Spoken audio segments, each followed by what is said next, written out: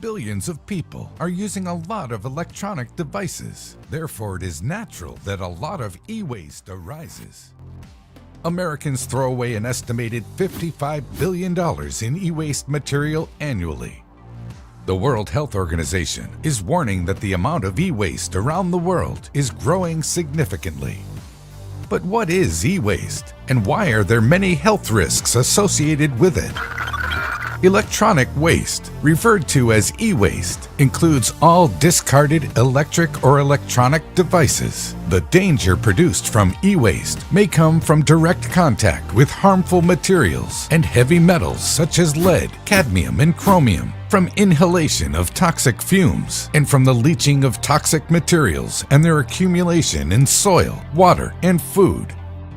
According to the Institute of Physics, the huge amount of lead in e-waste, if released into the environment, could cause severe damage to human blood and kidneys, as well as to the central and peripheral nervous systems. Even some current recycling activities can pose a risk of injury. To date, there has been some recycling of the valuable elements contained in e-waste, such as copper and gold. However, these are often extracted using fairly primitive methods, such as burning cables to remove the plastic and extract the copper. These methods expose workers, who are often children, to toxic fumes. According to the WHO, several organizations have highlighted the need for interventions in the field of e-waste. A lot of organizations target children as they are the most vulnerable to harm from exposure to e-waste. As children are still growing, harmful substances can affect their development to a greater extent. So what can you do to help combat e-waste? You can sell or donate old electronics. You can maintain electronics properly so they last longer. You can recycle and dispose of e-waste properly. Before buying a new electronic device, consider repurposing an old one. You can store data online to clear storage space and help your electronics last longer. You can buy ENERGY STAR rated electronics. There is good reason to follow these few simple rules. By recycling 1 million cell phones, more than 35,000 pounds of copper, 33 pounds of palladium, 772 pounds of silver, and 75 pounds of gold can be recovered. That material is not only worth money, but recovery will also help to reduce the amount of mining necessary. But why is it so hard to follow these rules? Because nowadays electronics are made to be replaced. It's called planned obsolescence. Take for example how Apple's latest operating system made extensive use of haptic features that required an iPhone 6S and so forth. These kinds of features are very common in today's electronics, and so you are forced to replace them. And one has to wonder what happens to the old appliances. Can they be fully recycled now that parts of them are no longer needed? This situation is further worsened by the economics of gadgets. Very often it is cheaper to buy something new than to fix something old.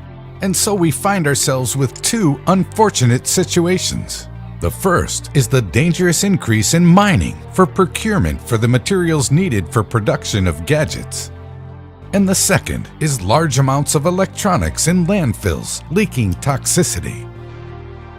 What is sad is that this waste could easily be reduced by reuse, repair, or resale.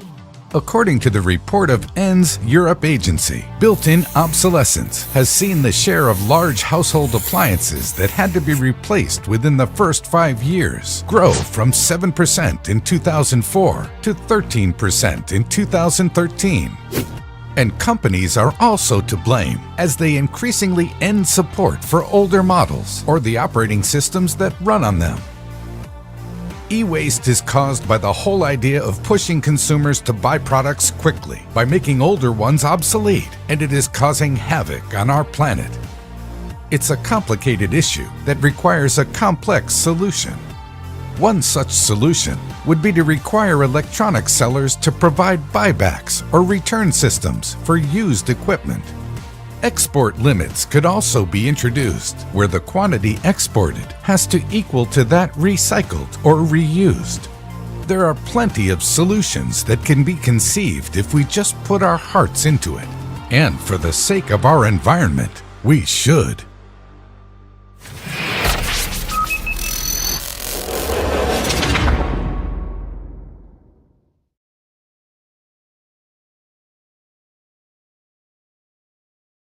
Fellow consumers, those that are watching us on Humanist TV Africa, once I would like to welcome you to the series once again. We have been off the series for some time. That was due to other pressing concerns that we were dealing with the consumer agenda and making sure businesses serve us better. First, as we roll in our new series during the Green Action Month, from our perspective, we are going to run a series on regards to e-waste. But first, I would like to thank our colleagues, the Humanist Media Africa, for always working with us, giving us the opportunity. It has been some months since we last engaged. A number of aspects have gone down the flow of life, and many insights and trends are picking up and going on. Today, I would like to welcome you to yet another of our series that are going to run during the Green Action Month. And I would like to also thank Mr. Bernard Bwambale, always joining in and bringing in the perspective of the consumers and also bringing in the elements of the food safety, nutrition, policy analysis, practicality, practical actions, and so forth, unpacking the complex issues. So today, in a number of series, we are going to use Uganda as an example with its e-waste initiatives, but also localizing the global initiatives into local actions. Consumers, wherever we are challenged and we are moving in a digital world. Many of the aspects of the infrastructure, the platforms that we use are all having positives and negatives. So today, we would love to understand e-waste. What are our consumer rights and responsibilities? What do we need to do as consumers to make sure we are protected, to make sure that businesses do better, and we all have a sustained and a resilient future? Looking at all this, we will need to appreciate that, colleagues, we as consumers, all the generations, the extractions, the production is made to meet our needs and wants. So this makes us part of the process of looking how production is done and how we consume it, whatever is produced. So responsible consumption and production becomes part of our agenda as the market and as people who are utilizing and disposing of what ends up to be e-waste. We'll appreciate that many initiatives have been going on, but from different perspectives. You look at the emissions that we're faced with. But earlier in some of our series, we looked at zero waste, where all the aspects that have been in our video, which was reflecting on America, that we can localize it and reflect on us in our respective countries. And we will be using Uganda as a case shortly. Like I've mentioned, all production is done in our name to meet the needs of the consumers the demands of the consumers, the wants. So that requires us as major stakeholders in the process of production to contribute to responsible production by speaking out and up, and by contributing it, making sure we do responsible consumption and also raise issues that do not facilitate responsible production. So, having appreciated that communication and the digital economy is no longer a privilege, the digital divide is an aspect that is globally being reduced by bringing the element of inclusivity and making sure that all consumers are on board.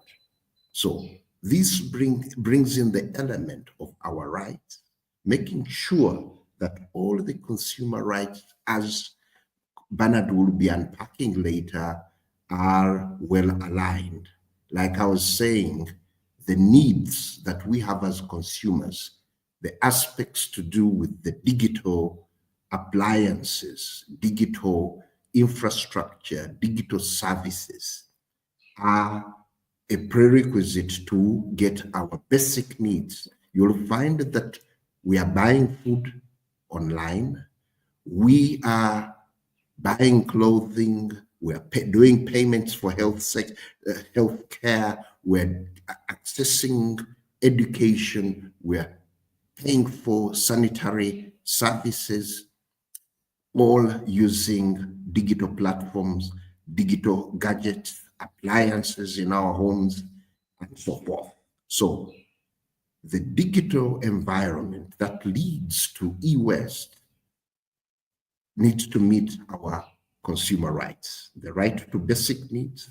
We need the right to safety, the right to information. We have the right to choose which digital appliances that we will use, so that we make the right choices, and we make these right choices through the right information. And once all these, as we access all these gadgets, of the gadgets we have done of our choice, in case they are not of good quality, in case there is greenwashing, misinformation, we need consumer representation. In that, the consumer representation will help us to get redress. With consumer representation, advocacy, and so forth, we end up getting right programs for consumer education like the one we're doing now, and our other right of a healthy environment. We can only realize it when we have got responsible consumption and production. So e-waste impacts all our other consumer rights, but it also leads us to, you cannot have rights only, you need to have responsibilities as a consumer, where you need to be very critical of the type of gadgets. Is the gadget going to impede my well-being? Is it going to affect the current and future generations? You need to be critical aware. In case that you see all these things, you need to take action. And as you are applying and taking actions, using the technologies, using the devices, you need to be socially concerned. The actions that I'm taking, are they going to be affecting the others? The other responsibility that it brings out, we need to be environmentally aware. That's why today we are trying to understand the e-waste and make ourselves environmentally aware. How do we dispose them? How is it produced? How do we consume them responsibly?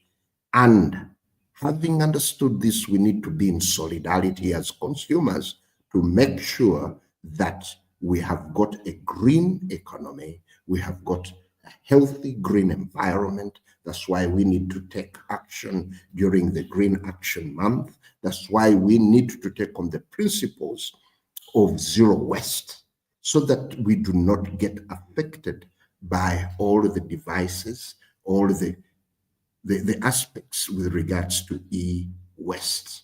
So we need to take action as consumer advocates, individuals, to sensitize ourselves, to make sure policy is working well, to make sure that we advocate, to have investment in implementation of the policy. And once that is done, we make sure that there is awareness, places of collection, places of everything are well done.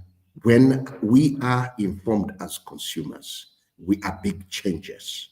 We bring the biggest change that is sustainable and resilient because we will be acting responsibly. Having given that background, I would like to take this opportunity to bring on board my colleague, Mr. Bernard Bwambale, who heads programs at the Consumer Center, Consent, and also coordinates the food safety aspects at the Food Safety Coalition Uganda. And as you watched the video, you must have seen how aspects of e-waste were well correlated on affecting the environment, affecting our food, having chemicals, having a number of contaminants that can impede our health. So with that curtain riser and on the launch of the new series, I would like to welcome Mr. Bennett to come in and share with us the different perspectives as we move towards an inclusive digital economy as responsible consumers. Mr. Bernard Bwambale, you're most welcome. The floor is yours. Thank you, Mani Chimila. It's an honor always to be on this call. And apologies that we've taken quite some time without sharing with consumers what is happening. But of course, we've been handling other consumer issues. But I'm glad that we are back to this show again to share perspective of the different issues that affect consumers out there. And of course, today we are looking at e-waste. It's quite a crazy subject matter, but it's something worth reflecting about. So when I saw the topic we are discussing today, I asked a lot of questions again, as usual. One of the questions I asked myself is whether we even actually understand e-waste. And I think for our consumers out there, we need to think about electronic waste. Even governments, it seems governments are also not thinking about electronic waste. But just think about having a cell phone and then you realize that you no longer need it and then you throw it away. Think about a radio. You have a radio cassette somewhere and then you think you no longer need it because maybe there's been transition. There are new models that have come on board and so you want to acquire a new model and you end up throwing away the old model. So all that is part of e-waste. Just imagine if you have in your community, if a company like maybe MTN or Airtel or a telecom company anyway is having their masts, maybe they have a mast in your community, and this mast is releasing some bit of waste, some metals are breaking off, etc. All that is electronic waste. So basically, when you're talking about electronic waste, we are looking at all these electronic devices that we are no longer using and we end up discarding them off. So we're talking about things like computers. You could be having a computer at home or a laptop or a tablet and you think you no longer need it. Maybe because it is outdated or maybe it has broken down or maybe a new model of it has come. There are people who just dispose of items because they no longer need that particular model. It could also be cell phones, the phones that we are dealing with, the small phones, the smartphones, all sorts of phones, whenever we discard them off. And their gadgets, actually, it could even be the headsets. It could be television. It could be home until you have old televisions or you have these sets of televisions that you have. Currently, you see people having 4 or 5 televisions in their home and you wonder why they actually have all those. So when television sets grow old or broken up, whatever, and then you discard them off or you dispose them off, that is part of generating electronic waste. For people in offices, we know that you have a lot of, if not computers, you have printers, you have scanning gadgets, you have photocopiers. All those are electronic gadgets or devices that whenever you're not using them, there is a risk of you disposing them off. And when we discard them, we are creating actually what we are referring to as e-waste. If you have anything electronic and you're using it and you decide to discard it, it is actually electronic waste. Now, we need to reflect. For instance, do you need to have, for instance, 5 phones? Someone has 3 smartphones and 2 smaller phones. Every time you have too many of these gadgets, you're actually creating a risk of having too much come along with them. Because at one point, those gadgets will actually grow old and you want to throw them away. So why would one person, for instance, have 4 phones? And you see the guy disturbed carrying 2 phones in the pocket, 2 phones, I mean, so why would a human being have 5 phones? So the issue would be, what about if I have one cell phone but can accommodate like 3 lines? So if I have 3 SIM cards, all of them can be one cell phone. I mean, that would actually reduce the amount of e-waste that probably we generate. If we look at people who have computers, you have a computer, you have a tablet, you have a cell phone, and then you have a projector, and also you have a smart screen. If you're going to use your, let me say, projector, I can still use my screen to project whatever I want to project. So sometimes we actually bring a lot of gadgets to us unnecessarily. So sometimes it's really not about that we have too much money, but I think sometimes the lack of awareness on waste generation. So as we're talking about waste, e-waste, it's important to reflect on how do we generate e-waste. One of the common things is just having too many unnecessary things. I have seen young men and women of our age, someone has 5 headsets, the big headsets, the wired small headsets, then you have the smart headsets, then you have, I mean, you have so many things that can do the same. So at the end of the day, you keep on throwing them away or you keep discarding them. So that is basically the composition of what we are calling the e-waste. Now, I want to quickly look at the impact of e-waste on health and on our health, but also on the environment.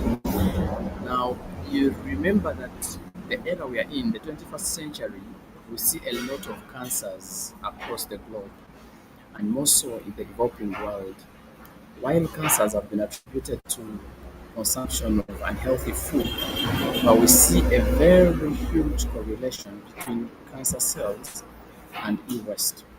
You will note that most of the gadgets that we have on the market are made of very deadly chemicals. For instance, you'll find cadmium in some of our cell phones, in the wires, you find copper, you'll find cobalt, you'll find mercury, you'll find lead. All of these are heavy metals, in fact. Now, what happens is that when we generate e-waste, because we are not even conscious, you'll get this e-waste. Now, for the case of Uganda, for instance, you generate e-waste, and this waste finds itself in a landfill, let's say in Jersey. But the electronic waste is already having mercury, it's already having copper, it's already having cadmium, it's already having lead, and all those other heavy metals. So when you throw them alongside food and the other waste, it means that these heavy metals will certainly mix in that landfill. And when it rains, the waste, in fact, the heavy metals will actually ooze out and they go into our water bodies. And when they go into our water bodies, we are also busy picking the same water and we are drinking. So while you're drinking water, you're also drinking probably lead and cadmium or whatever. And then you realize that in our fields where, let's say, people are planting rice, in Uganda, we had a case last year where scientists were reporting that the rice produced in Uganda, actually, most of the rice that was on the market had cadmium. You wouldn't imagine that you can have cadmium in rice. So if you also see arsenic, you find arsenic in our food. We find lead. We have seen a lot of mercury and lead in our yams because they're being produced near water, maybe wetlands.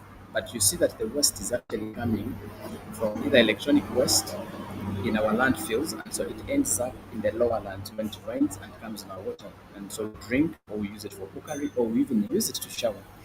And even our animals are taking the same water. So you see that there is a whole value chain of electronic waste that ends up in our human bodies, that ends up in animals' bodies, that ends up in our food system. If you look at these other heavy metals, they will certainly go into our soil. And the same issue happens. Our plants are actually absorbing those heavy metals, and at the end of the day, they end on our plates and eventually in our bodies.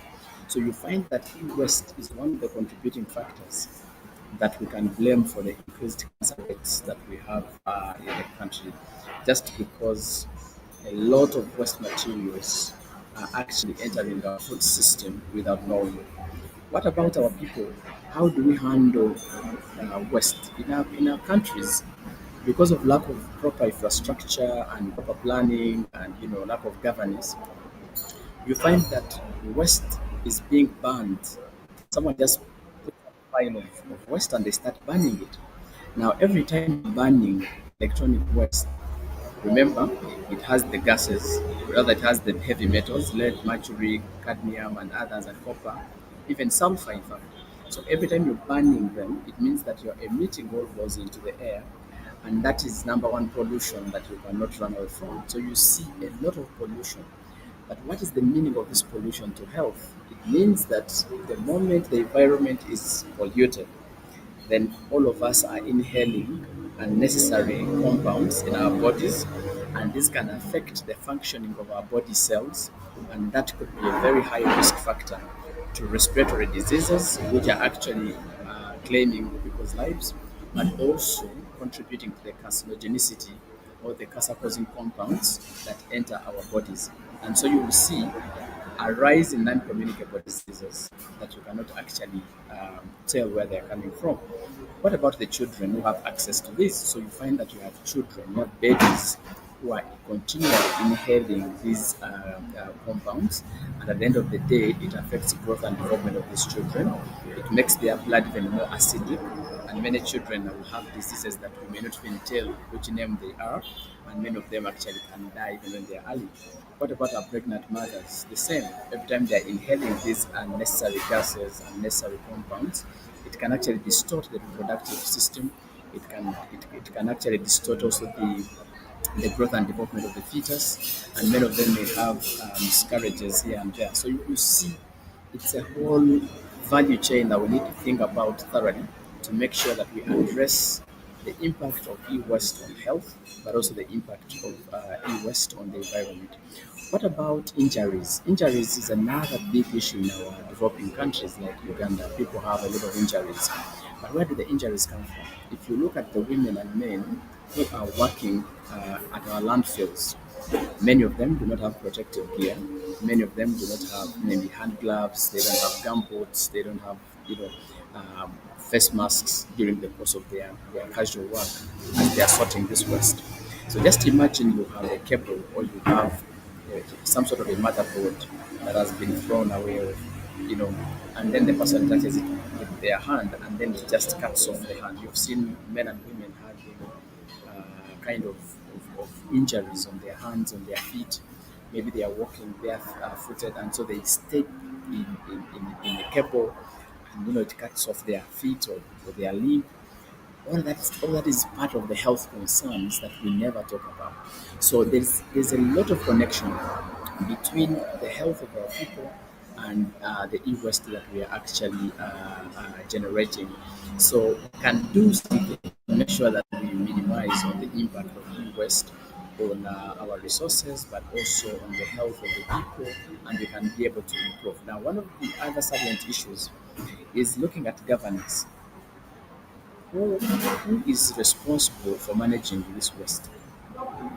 If you look at the way waste comes in our countries, you find that most of the cell phones we have, for instance, in Uganda, the fake phones, Now, a fake phone is just equivalent to the Radio West. What that means is that you have this cell phone. First, it's a fake phone. You use it once and you put it in your ear and it starts hitting up. And so, in the fear of that, you have to throw away. Or this small phone has some bit of a battery inside, and every time you're speaking, maybe let's say after 20 minutes, battery enlarges, the battery becomes very hot, and that alone can actually blast the human person, and then the person dies. Alternatively, the person will start fearing for their life, and they just throw away the battery. So you can see that that is already a live bomb that we are throwing in the space in the community out there, and anything can happen. So you see, the question is now who is regulating the entry or exit of cell phones to the countries? Why should we have cell phones that are fake just to make sure that you're generating wealth? I don't know what that would mean. So I think the Communications Commission has a lot of work here to make sure that products that are coming in the country are actually regulated. They are not fake. They are products that can have a longer longevity. Now going back to governance, do we have a policy framework, for instance? Do we have a legal framework in place that if I bought my gadget and I realize that it's fake, or I realize that it is not taking as long as it's supposed to take, then as a consumer, I should be able to redress where do I go? Do we have a regulation there? Do we have a guideline? Do we have a policy framework? Do we have a legal framework to that concern? So how are we supporting our people to actually be responsive? How do we support businesses to be responsive in managing their e-waste? If a company is making phones and selling them to Uganda, do we have warrants or guarantees that they can, after 1 year or 2 of using the phone, that same company will come and pick all the used up phones and they take them back for recycling? Because if we want to minimize this waste, there are some we need to recycle the waste. Then we don't have capacity to recycle it. What about now these companies that make these cell phones, that make these gadgets? Do they have provisions where every 2 years or so they have to come back and collect a batch of their phones or gadgets, whatever they are, and they take them back for recycling? Do we have that kind of arrangement? If we don't have, that can be mandate of government to do that. That every person bringing in a particular gadget, they have to come and collect their waste, so that a consumer uses this gadget and he knows where to put it after a period of expiry. By the way, are these gadgets having expiry dates? Do we know the expiry date, for instance, of a particular phone, of a particular cable, of a particular gadget? Do they have expiry dates? In fact, as a consumer, I have a right to information, but do I even have the information of the components or the composition of the cell phone? If it is a computer, do I know what it's made of? Do I know the key components there? Do I know the hazards that can be associated with it? This information might be available to the consumer. Now, if it's not available, it means that we are contravening the rights and the rights of the consumer. Sometimes these gadgets also have information packs, but it's my responsibility as a consumer to read the pack.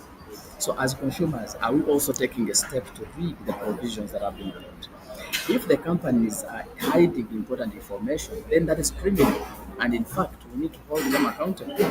If the consumers are also not reading the instructions for use, then also we need to be accountable for that. So the right goes with the responsibility. The moment you have a right, you have also to know that there is a responsibility that you have to take on. Sometimes these gadgets have been written on, but you are bringing items to Uganda, and then the gadget is reading in Chinese.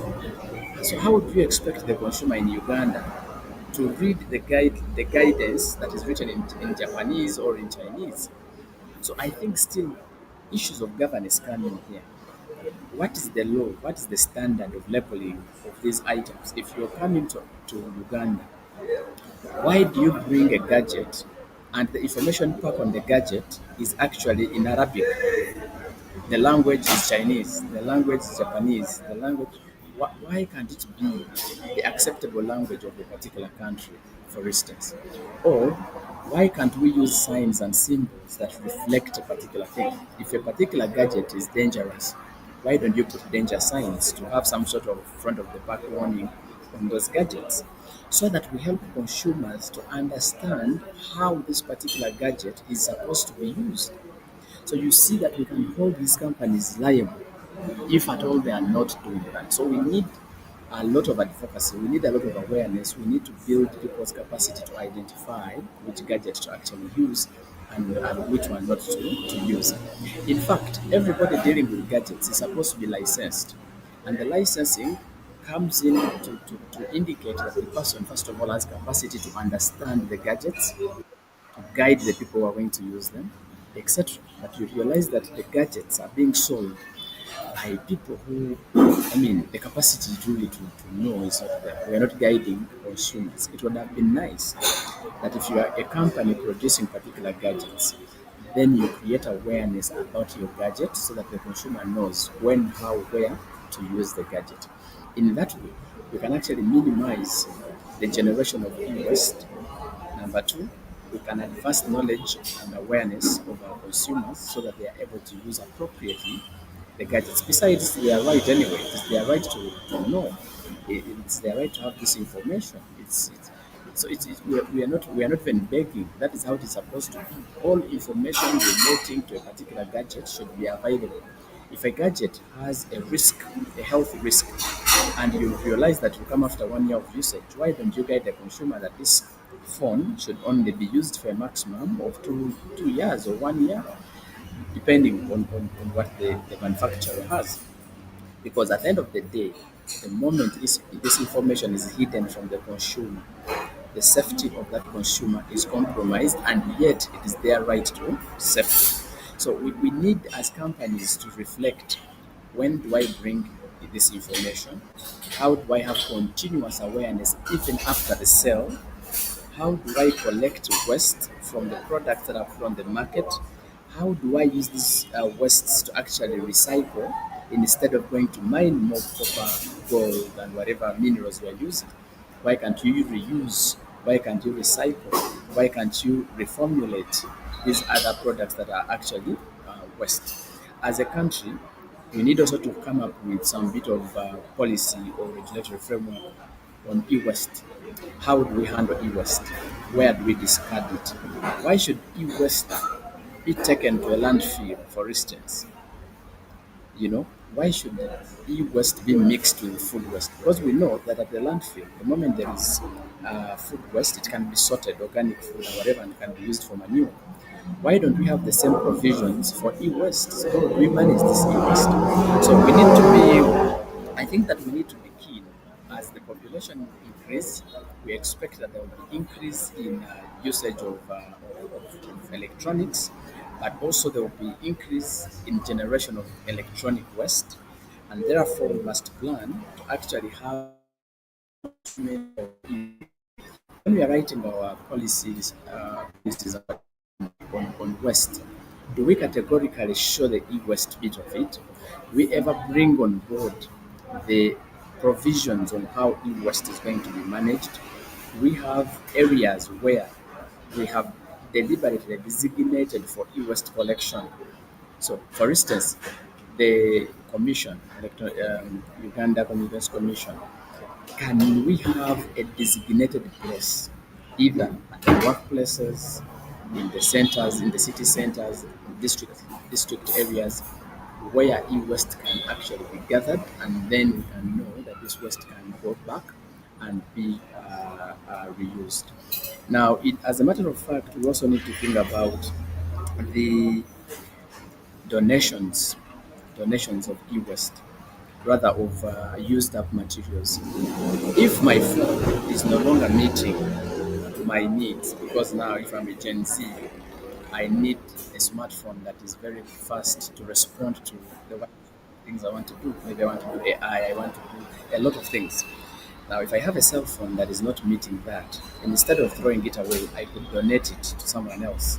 So as I get a new gadget, I have not thrown away the older gadget, but I've given it to someone else who can actually productively use it.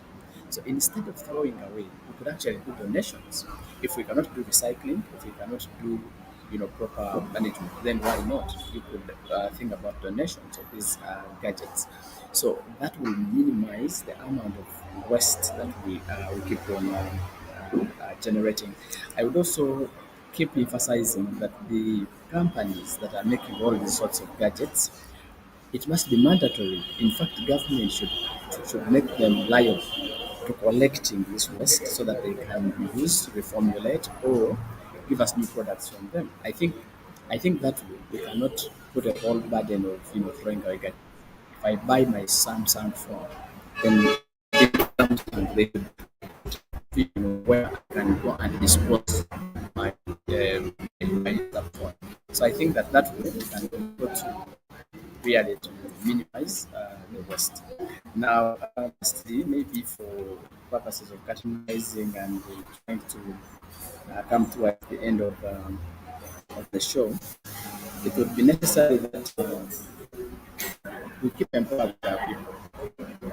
Why can't we have, for instance, on national media platforms, campaigns on creating awareness on e-waste? It could be a role of the commission, in fact, that is responsible for these gadgets. But how often we do it? And I want to encourage our governments and our stakeholders, our partners, that you cannot use one kind of approach to reach out to people, because people in the rural have these things. People in the urban also have. So if you use Twitter, for instance, you have a particular group that you're getting, and you're leaving out a big section of people who do not use. Most of us in Uganda use a radio, listening to news and also any other sort of information. But how often do we use radio stations to cascade this information to the people? That is why most of our other fraction of community members are using word of mouth, maybe in a church, in a mosque, those social events. How do we leverage on those events to create awareness on managing evils that we are generating day and night? When these telecom companies come and establish a mast in our community, how often do they educate us on the potential risk that these masts are going to cause to us, our health risk, but also the environmental risks? If you set up a mast in my village, then I must be aware of the possibilities or the risks this project is going to bring to me as the consumer. In that way, it will help us to take a lot of action as consumers. When we start seeing risks, then we are able to report, we are able to quickly seek redress, we are able to inform you it's not happening. But the moment you hide information from us, the consumers, then you're causing trouble to us. So at the end of the day, then we keep generating waste and polluting the environment, polluting our soil, polluting our water, polluting our food system, and we end up getting now lastly consumers. When you see these things happen, and you see that your community has 3 masts, or it has whatever waste is being generated, how often do you take action, and how often do you report, how often do you complain, how often do we reach out to the people responsible? So I think with those opening so many remarks, Mr. Chumera, I think we can build from there as we come towards the end of our show. But I think that those could be pointers of how we're generating waste, but also how best we can address the issues of e-waste management. Yeah, thank you. No, thank you very much, Mr. Bernard Bwambale. Having scanned and roved the range of the digital ecosystem, as we all appreciate, whatever you have shared shows that every country needs to protect their citizen, empower them to make sure that they do not get affected, having fatalities with regard to the vagaries of mismanaging e-waste. Now that we are understanding e-waste is the foundation to date, we have had industrial revolutions, we have had what? But now we are having the digital revolution, the Internet of Things. We need to appreciate and ground the issues that touch the infrastructure of the digital ecosystem. The most important aspects as we conclude, we mainly need to appreciate the importance and responsible management of eWaste. This will safeguard us to have one healthy planet where the environmental protection will be effective, consumer health will be protected, the responsible utilization of natural resources, and also bringing in a culture of quality, a culture of good, sustainable practices, where as citizens in solidarity, we are in a position to influence policy right at village, community, as communities in a village, as in a district, regions, nationally, continentally, and globally. We need to think global and act local. This is going to help us because most of the negative effects, well, they can be global, but they start at our households. We will appreciate that the digital divide might be big. The internet divide might be big, but the digital appliances in all their assorted manner, the gap has narrowed greatly. In one way or another, the digital gadgets are at our palms, in our communities. You will find in all our schools having the donations done to us. Those donations too, once they reach their extreme life cycle, will need to be disposed of. So the infrastructure that we will need, the policy ecosystem, the implementation strategies will need to look at the wide range. After recycling, how sustainably do we reuse every product that comes out? After donation, the donator, the donation receiver, and utilizer, once what has been donated to them has reached its end of life cycle with them, how do they do it? Reselling, how do the resales come to us? We are looking at fit for purpose. Do I need, because the reselling can come in affordable, can be accessible, it will be available for the consumer.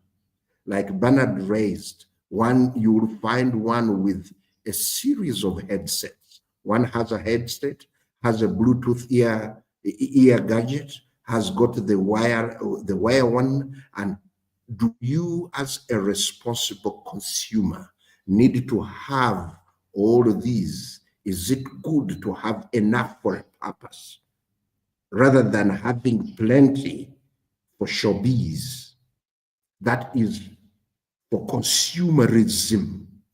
So can we have enough for the purpose? This could be now our grounding as responsible consumers. We have got the right, but our responsibility comes in of social concern, being critical aware and taking action to have enough for the purpose rather than having a showbiz that I'm a Gen Z, I am before a computer citizen, but now that my grandson or my youth son or daughter has connected me, let me amass all these gadgets. So our responsibility, can we have enough that can be for purpose? Aspects like Bernard has raised and the examples he has brought in Uganda, and we need to commend the Communications Commission under the Ministry of ICT and National Guidance with other agencies that have taken on coming up with some policy guidelines, some drop-off areas. Can these drop-off areas go down to the community?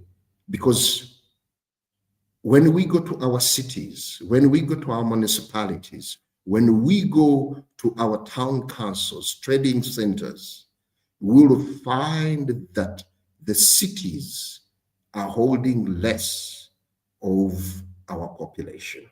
But most of our population are in local government authorities. Schools, can we have them there? Can we use all other aspects? Starting at times when I'm moving around or we're driving, you can see a truck labeled hazardous waste, but that truck is wide open, it is not covered.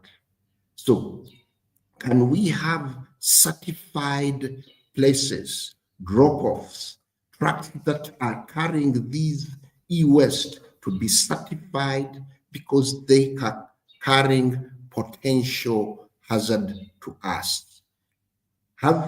We are seeing a lot of recycling of plastic collection areas, but can we make sure there is proper storage and transportation so that as we practice e-waste management responsibly, then those that we hire, those that are designated to store it and transport it before it is reprocessed, transport it correctly, rather than also littering the e-waste.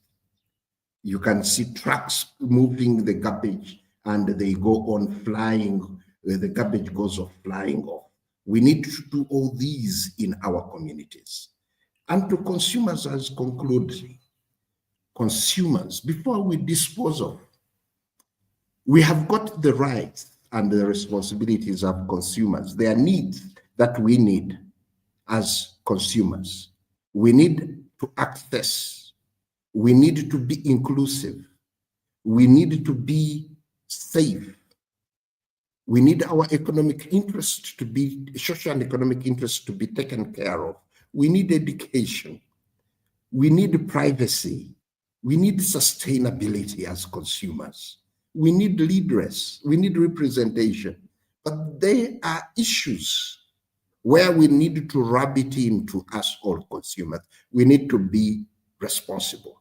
Currently, the aspect of privacy by design, you'll find that all these gadgets, appliances that are digital, are collecting our data. So please, as you dispose of, format these gadgets to remove your personal data. You don't remove it, you're creating another danger. It can be a cybercrime. We are looking at e-waste, but if we act irresponsibly, we can bring about fraud. People are doing a lot of deep fakes, which are done by the digital appliances, which end up being e-waste. But if we leave our data on these gadgets, the fraudsters can use them. Bernard has talked about removing the batteries and disposing them off responsibly. These batteries going into water sources, our environment, food sources, the air sources, these will greatly affect us, and we will have quadruple burden. We have a burden of e-waste, we have a burden of environmental pollution, we have a burden of unhealthy consumers, and then we have a burden of crime, having not wiped and taken away your data. So we end up having a cocktail of tragedies, which is not good for humanity, ending up having a cocktail of irresponsible practices which affect the healthy planet that we need.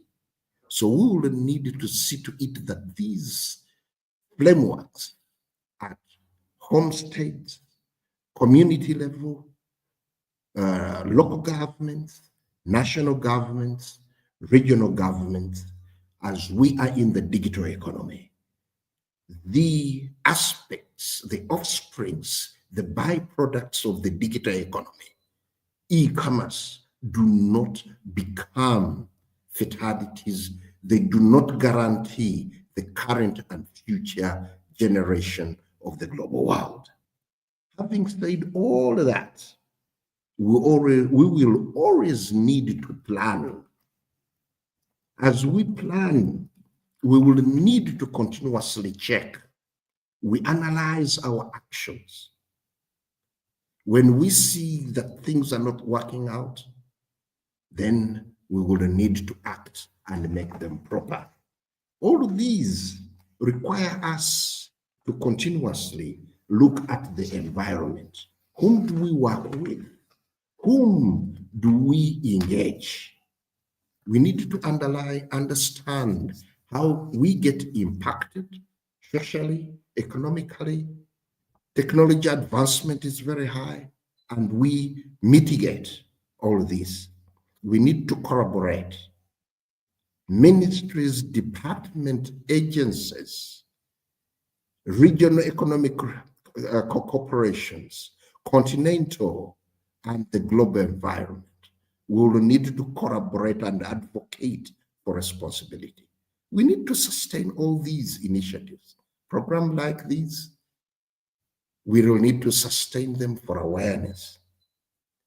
So we need to get and reach out to sensitize consumers, build their capacity to understand all this, and be in a position to speak to each other to address the vagaries of the negative vagaries of the digital economy. And one of the negative vagaries of the digital economy is irresponsible consumption and production that would lead to e-waste that we are addressing. We're going to hold a series of these. And ladies and gentlemen, let's continue localizing the global aspects by going back to think global and act local to address this in our households, communities, and elsewhere.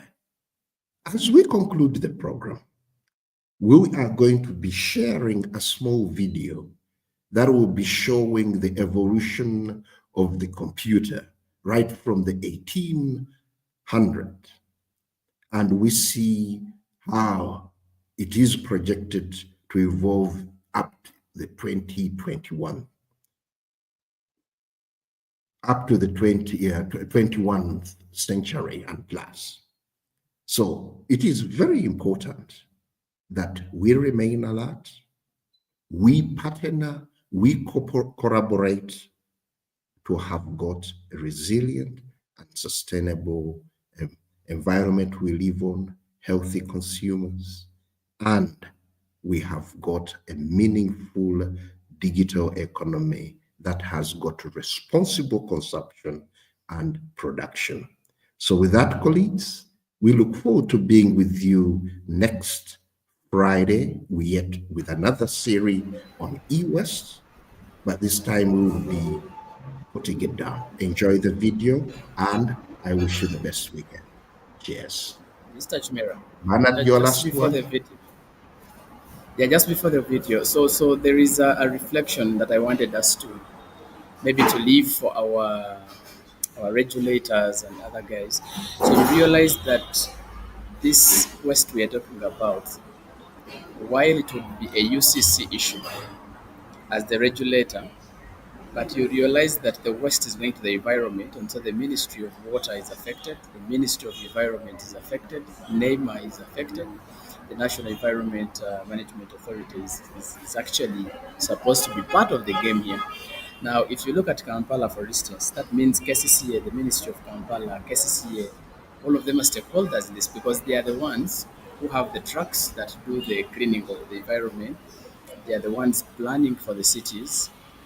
So it's everyone's issue. So beyond the Uganda Communications Commission, we need the Ministry of Water Environment, we need NEMA on board, we need the Ministry of ICT, we need the Prime Minister as a coordinator, I mean, it's everyone's issue. So I think that the issue of e-waste must be handled collectively by all different entities, ministries, departments, and agencies, but also civil society has to come in to support the case.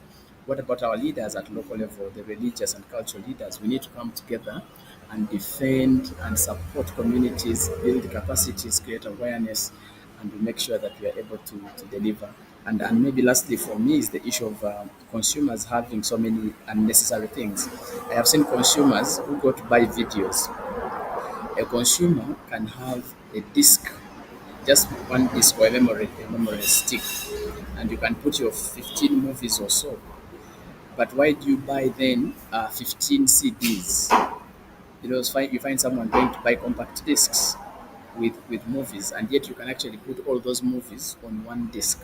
So you're basically creating or generating waste unnecessarily, just maybe because of lack of awareness or lack of information. And so we can support our people to generate as less risk of collection or generating e-waste by just doing the basics, the simple basics that can actually sort all these things. Thank you so much, and let us enjoy the video and see you once again next Friday.